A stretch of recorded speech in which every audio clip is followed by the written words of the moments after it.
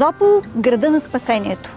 Древна Аполония не е само място за романтични разходки, за археологически обекти и културно-исторически, а е място и за кулинарен туризъм.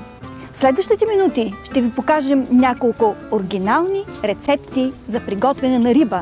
Риба, която е уловена точно от тук, където спират лодките на рибарите.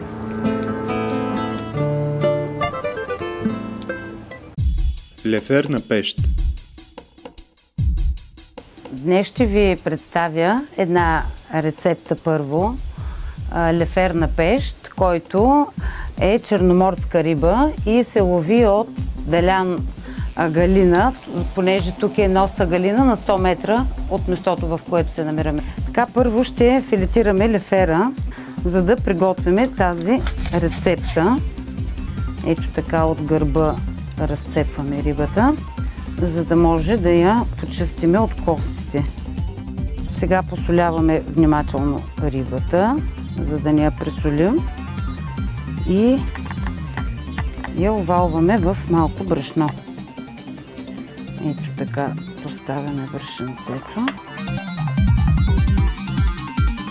И след като вече сме набрашнени рибата, слагаме едно тиганче на котлона с малко зехтин, за да я изпържиме.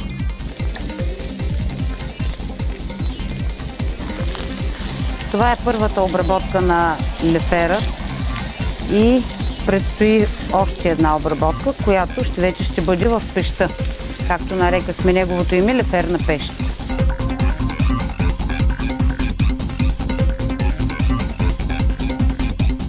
Продължаваме с следващата обработка на соса. За нея са ни нужни малко маслинки и чесън.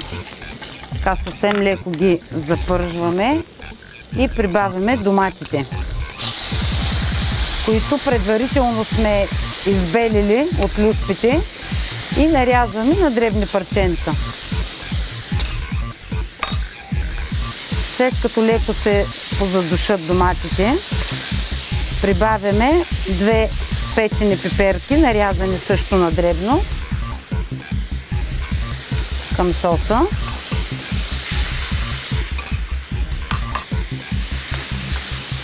Разбъркваме леко. Посоляваме.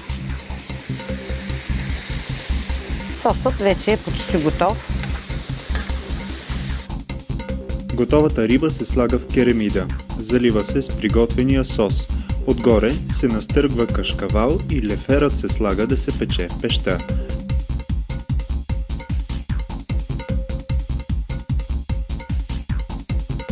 След 10 минути рибата е готова. Сервира се с задушено рис, който се приготвя с дресинг от магданоз, копър и лимон. Така, това беше нашият лефер на пещ. Надявам се да ви хареса.